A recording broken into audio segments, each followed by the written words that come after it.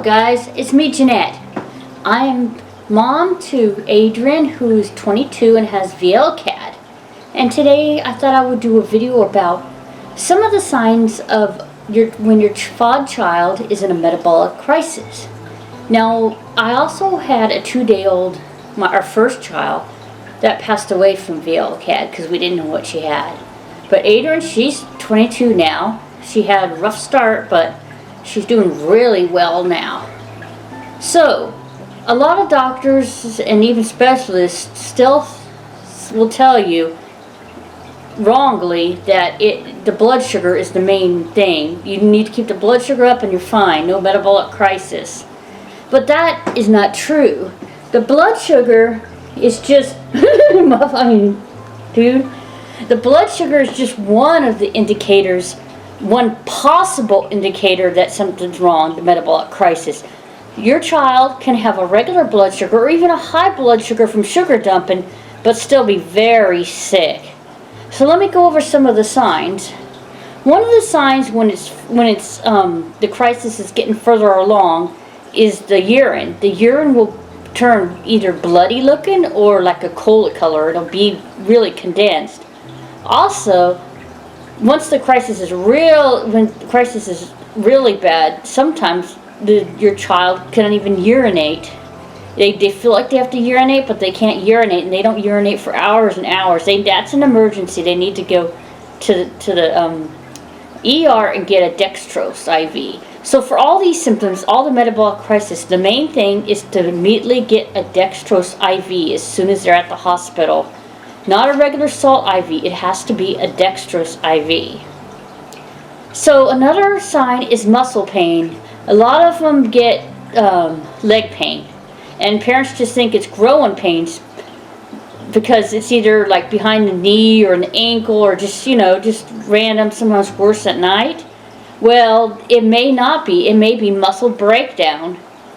So when your child has a lot of leg pain, it's a good idea to take them to their doctor to get their creatine kinase level checked, just in case they're breaking down muscle. Because when the body runs out of sugars and carbs for energy, it can't break down certain fats for energy, which is a slow process anyway. So is protein. Protein breaks down really slowly, is a really slow energy source also. So when they're not getting enough of the carbs, their body starts breaking down the skeletal muscle, and in some cases, like the type of VLCAD that Adrian has, it breaks down the heart muscle also.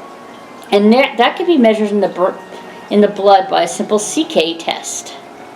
Okay, lethargy. Is your child sleeping a lot, like all day and all night, and just really lethargic, but may still have a regular blood sugar? Like I said, their blood sugar can be normal, but they're really lethargic and just sleeping so much and hard to arouse. That could be a sign of metabolic crisis. Another one is seem to be out of it. They're just like staring in space and just really not responsible. Another one that people don't think about is when they've had a lot of activity and not enough carbs, they will get nauseous and sometimes vomit a lot. And I've noticed a lot of moms talking about that, where their child has cyclic vomiting, just seems to vomit for no reason. But we found out with Adrian, first they thought it was some kind of cyclic vomiting, but then they found out the times she vomits a lot, the days she vomits a lot coincides with her CK level being really high. So this vomiting was caused by her not feeling well from the CK level being too high. Sometimes, okay, so this is usually after they're like real into the crisis, their blood pressure just starts rising up. And usually that's during the hospital by then, and the doctor could check that. Plus their heart rate will go up. Another sign is heavy breathing. Once they're in the full metabolic crisis, they have a hard time. Their mitochondria are not getting enough energy, and they breathe like heavy. And then you could just hear it. Another one is their breath. Sometimes, now this doesn't happen to everybody, but sometimes their breath will smell like mothballs or metallic, and that's like when their CKs seem to be getting them way up there. Now, something I also hear is that MCAD kids don't get high CK levels. That's not true. I've known several MCAD families where, guess what? Their kids got muscle breakdown and high CK levels. So yeah, just because your child has MCAD, don't think that they cannot get muscle breakdown, because they can. Fever. Now when they're really not feeling good in their body, their blood's becoming toxic from all the fat in their blood that they're not able to break down for energy and all the acid, because their blood can become acidic too. They can start getting a fever. Their body's temperature will start rising. Another one is seizures. Sometimes in the midst of metabolic crisis, they can start having seizures. Now that, they really need to go to the hospital right away, because that could be because they're acidotic or their CK levels are super high, their liver and organs may be shutting down. So it's very important the main point is it's very important that you know that crisis, the only indicator of crisis, the main indicator of metabolic crisis is not blood sugar. Sometimes, yeah, especially when they're younger, they can get a lot of dips of low blood sugar, and that'll be an indicator, but it's not always an indicator. They could be very sick. Like, there's times Adrian's blood sugar was normal or even high, and she ended up being very, very sick, and her CKs were really, her creatine kinase levels were super high. Her highest was like over 100,000 at one time, and I think even then it might have been higher, but they just couldn't measure. They had a hard time measuring it. So yeah, and that could be deadly, definitely. So I just thought I'd let you guys know a few things. Now, we were a military family, so we moved from state to state to state a lot of times when Adrian was little, and every doctor and every specialist seemed to have a different idea of what a FOD was, what VLCAD was, how to treat it. So it was so confusing. So me and my husband just did a lot of our own research on biology, physiology, and then we found a few good doctors that were willing to sit down and talk to us and, explain what I'm telling you, all this stuff that goes on with it. So Adrian, gosh, she used to be constantly in the hospital when she's little. But, gosh, maybe the past 4 or 5 years, she's been super healthy.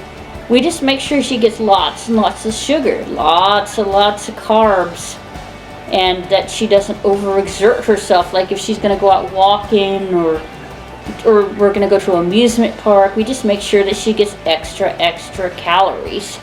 And she's been doing so well. So I just thought I'd make this video because I hear all kinds of things that people are told. Oh, before I go, another thing. People are told, oh, my child has mild VLCAD or mild MCAD or whatever the other disorder is.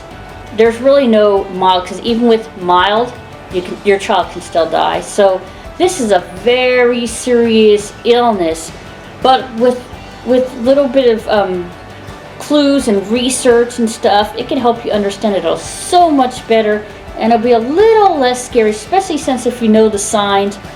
Now, there's another thing too, getting the doctors or genetics or metabolic doctors to even listen to you, because a lot of times, they'll like think they know everything or pretend they know everything. Now, we've had doctors like that, but we've also had really good doctors that actually listened to us and told us and listened to us and what we said, and then said, yeah, those are symptoms that other people have, and that, yeah, this and that, and really talked to us, and weren't offended by us saying certain things that we've learned from other doctors or from our research in physiology, biology, stuff like that. So sometimes you have to push. That's another thing to learn. You have to push the doctors and make sure they are doing the right things. I know sometimes it could be an insurance thing too. Doctors don't want to order a certain amount of tests because your insurance company doesn't like it or something, but those tests are really necessary. Another test you need to have is the liver panel to check the liver enzymes and all that stuff too. The regular liver and kidney panel. Okay, so I will stop this video now, but I just thought you'd know these few things. Goodbye for now. Bye.